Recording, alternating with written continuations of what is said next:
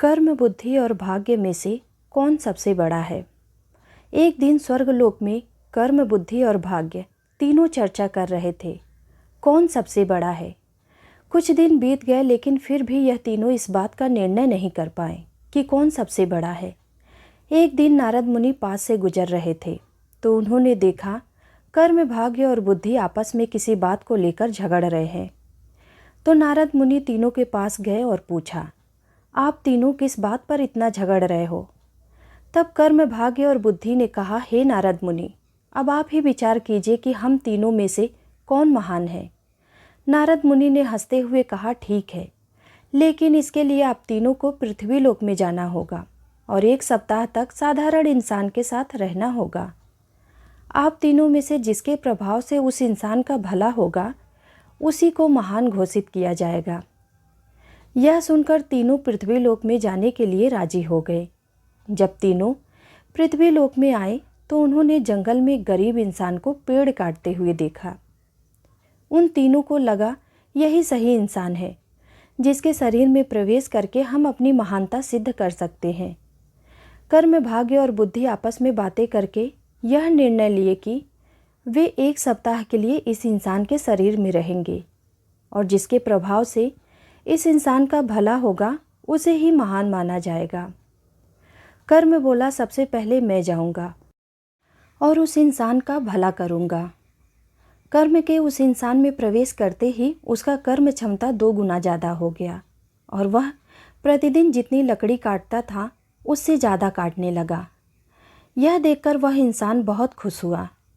पहले से ज़्यादा लकड़ी तो वह काट ही लेता था, लेकिन वह उतना ही लकड़ी बाजार ले जाकर बेच पाता था जितना कि वह पहले बेचा करता था, क्योंकि ज़्यादा लकड़ी ले जाने के लिए उसके पास कोई सामान नहीं था।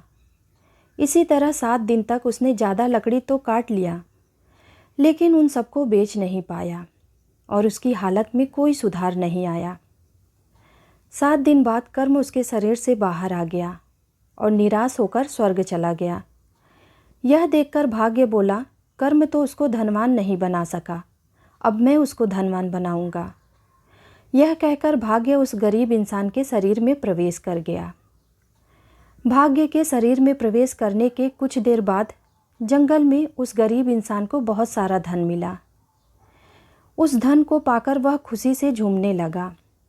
धन को कैसे संभाल कर रखते हैं और कैसे सही जगह पर उपयोग करते हैं, उसको इसका ज्ञान ना था और उसने सारा धन खर्च कर दिया।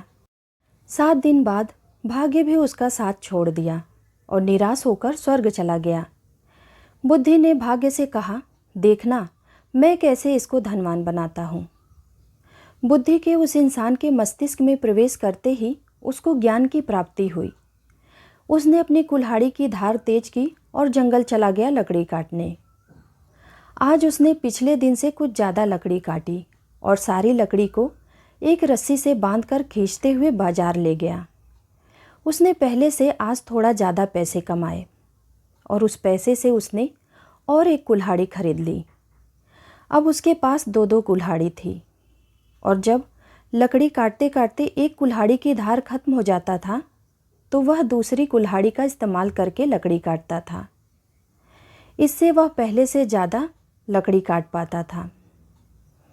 इन सब लकड़ियों को बेचकर वह पहले से ज़्यादा पैसे कमाने लगा। अब उसके पास उस पैसे को सही जगह खर्च करने का ज्ञान था। देखते ही देखते 7 दिन में ज्ञान की मदद से उसने बहुत सारे पैसे कमा लिए। 7 दिन बाद बुद्धि का समय खत्म हुआ और वह वापस स्वर्ग चला गया। स्वर्ग में जाकर बुद्धि, कर्म और भाग्य बात कर ही रहे थे कि उसी समय नारद मुनि उनके पास आए और पूछा, आप लोग धरती पर गए थे तो क्या हुआ? तब कर्म, बुद्धि और भाग्य नारद मुनि से कहते हैं कि जी हाँ, हम लोग धरती पर गए थे। और साथ ही कर्म और भाग्य नारद मुनि से कहते हैं, हे नारद मुनि, बुद्धि ही महान है, क्योंकि जहाँ बुद्धि होती है वहाँ कर्म और भाग्य अपने आप ही चला आता है। इसीलिए बुद्धि को महान कहा गया है। उम्मीद करती हूँ आप सबको यह कहानी ज़रूर पसंद आई होगी। ऐसे ही नए नए कहानियों के साथ जुड़े रहने के लिए कृपया हमारे चैनल को लाइक और सब्सक्राइब ज़रूर कीजिएगा। धन्यवाद।